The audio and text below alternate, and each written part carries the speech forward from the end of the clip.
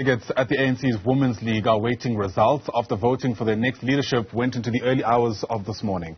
Leading presidential candidates is Sisi Tolashe, who received more than 1,500 branch nominations, followed by Temega Mchunu, who got 796. Former president of this league, Batabile Dlamini, only got 258. It's far behind her competitors. Let's give you some analysis around what we should make of this. Bring in Yolokazi Mfuto, who's a political analyst, with us in our studios here in Randburg. Great to see you. Thanks for making the journey to help us make sense of what's happening in the ANC Women's League. And I wonder if it's worth starting with just placing the relevance of this league, given how much time has passed with it being, call it, dormant. You know, we know an interim structure has been in place for quite some time. And politics waits for no man. Things have moved since then. Yeah, definitely. But maybe if we want to speak about the relevance of the ANC Women's League itself, it will also be an injustice because we know the work they've done throughout the years when they were established in 1943. So we've seen the leadership that is produced currently. We have the Speaker of the National Assembly, Mapisa. She's a product of the Women's League. But currently now we've seen that there's been a lull of development and also them exercising their relevance in society. They're very much based now on factionalism within the ANC, and they have more say in terms of who gets to go to parliament, who gets to serve in what position, and also delegating deputies wherever. So their relevance over the years has been lull, as you say, but definitely I'm hoping from this conference we're going to have more different results in terms of Sisi Tolashe is promising leader to maybe revamp and reinvigorate the ANC Women's League and its relevance. And probably they'll shape the discourse in the country, particularly with issues affecting women. Yeah, and there is a lot of space to do exactly that. You know, those issues facing women are still so pervasive, but we'll speak about them in a moment. Sisi Tolashe, who you've mentioned, has been a crowd favorite, if you like, at the conference since this began. So I'm sure there's no surprises that she has the bulk of the nominations, more than 1,500. But whenever it comes to any kind of election, they say it's some kind of referendum on the incumbent. But Batabile Dlamini, not even making 260 nominations, far behind. What does that tell us perhaps about how the league sees her and her tenure?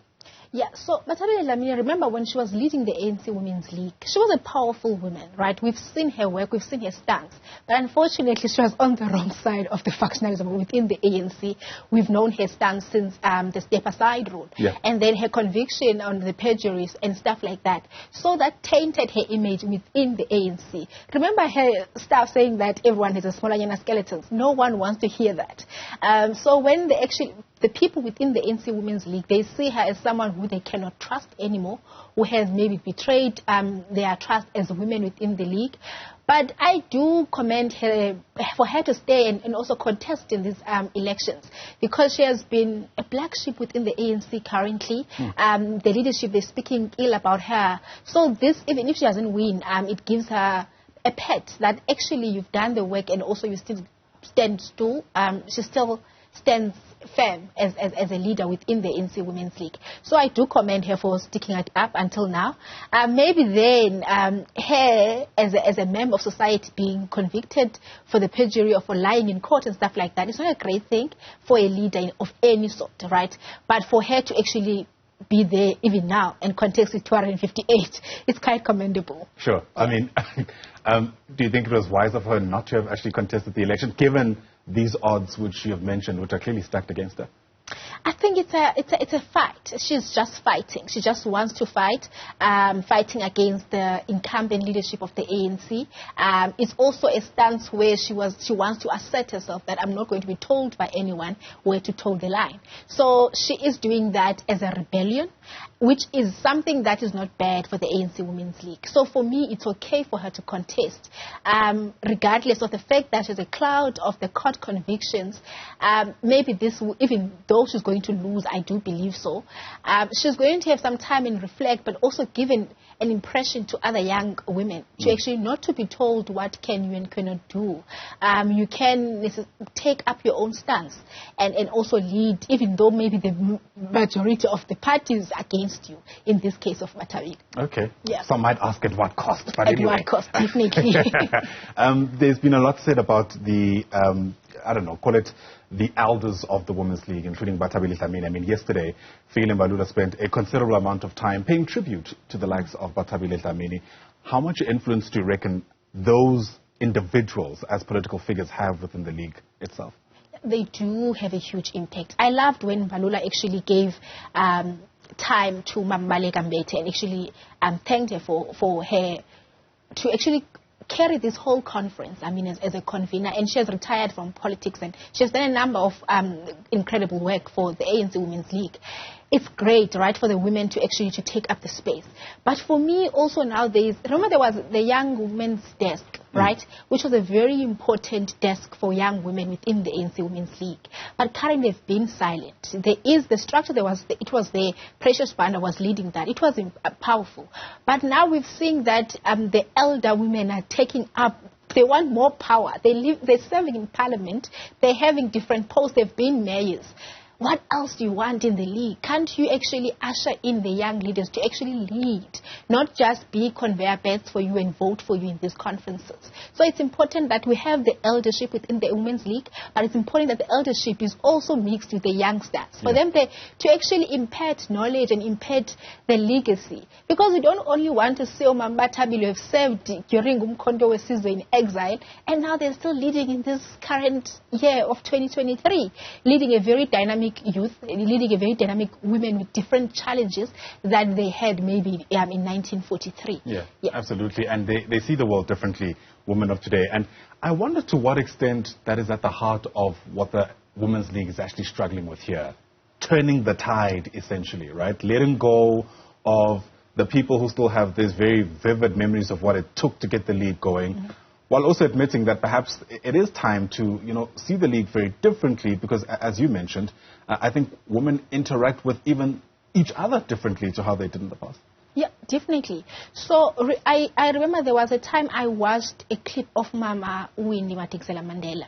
It was her birthday. The ANC Women's League was actually giving, they throwing a party for her. And she called upon some young leaders who led during the Fismasville period. And she said, these are the leaders we want to see today. We'd like the fact that they can lead while we're still alive. We want to see them taking the baton so that we can rest peacefully. We can rest and retire from politics knowing that there's people who are leading. But now we are seeing that the ANC Women's League is still hoarding, right, on the leadership who's like old. Hence, now they can't even articulate issues of rape. If a case has been thrown out of court, they just say, let's take it as it is. They don't know now the dynamics and intersectionalities of the challenges that we face, even in issues of GBV. So now, hence, they just called Dumanana to come and assist in the conference of the Women's League. When they're having altercations with Dumanana now, they can't articulate things like that because they believe that patriarchy is this one thing when a man is just fighting a woman. But now this new generation knows the intersectionalities that permeates patriarchy, society, and also these challenges they find themselves within the ANC itself. So this new generation can be able to articulate those things and solve those problems. But the old generation might not necessarily be able to have that foresight because they lived in a particular period of time. So now they're still holding on the past like we're fighting for a man not to speak in front of me. But now probably we want a space where it's conducive for women to stand up and speak. Yeah, without a doubt. I mean, it's interesting because part of the critique that they faced, the Women's League that is adopting the political, or rather drawing their lines of demarcation in the same ways that the men have in the party itself. In fact, it's also from Fikile Mbalula yesterday, who said that Nipi's in Lalela Matot, which sounds a bit, it found a spot, I think. It's quite a harsh critique. But I wonder if you reckon there's credence to that. Yeah, there is. So, for instance, we've seen with the ANC Women's League, so people are celebrating, I didn't celebrate that, that we have 50-50 gender parity in the structure. Even the ANC NEC, we have gender parity. But if you look deep into it, what positions do women have, right? Even this current ANC Youth League, the president is a male. The Secretary General is a male. The Treasurer General is a male.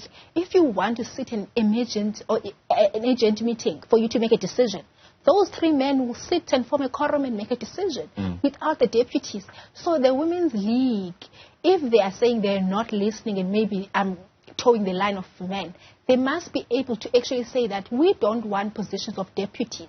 Women are more than capable to lead in every other position that is there to contest within the space.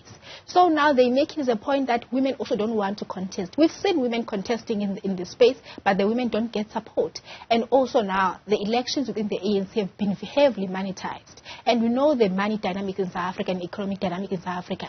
Majority of women are still living way below how men normally live in terms of the money that they get from their workplaces. So the parity in terms of income, right, is still much, there's a huge difference. And secondly, now if they're going to prioritize money for elections, then they are putting the women at risk of not necessarily even winning elections if posts are going to be sold, or maybe the commissions for election they are bought. The women can't afford that. So the ANC itself does not provide an enabling ground for women to actually contest the space and also be great within the ANC, right? It's not conducive for women. That's interesting because the current top 7 has 2 women that I can think of, right?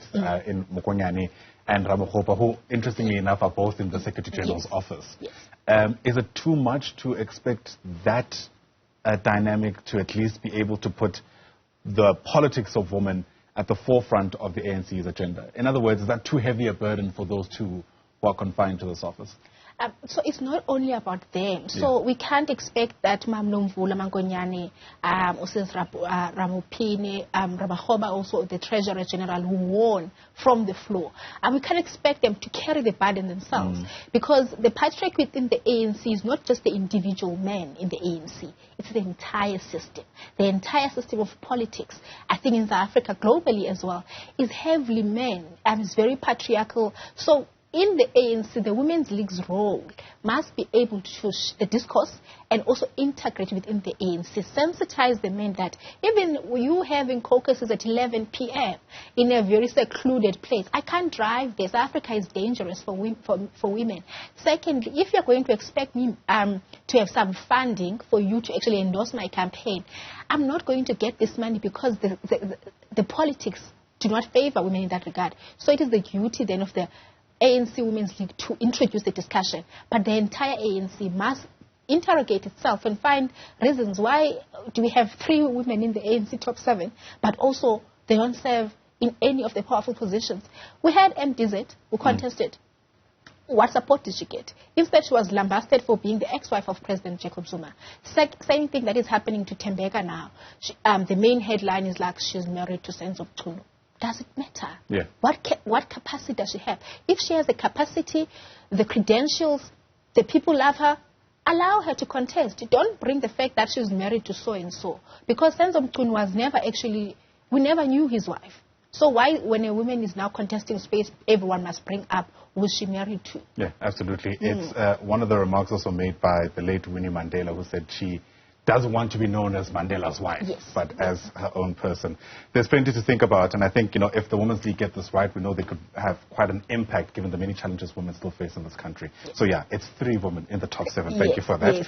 And appreciate your analysis this morning. Thanks very much indeed for coming. Thank you so much, Ayanda. Political analyst Yolokazi Mfuto, as we look at the ANC Women's League, day 3 of 3.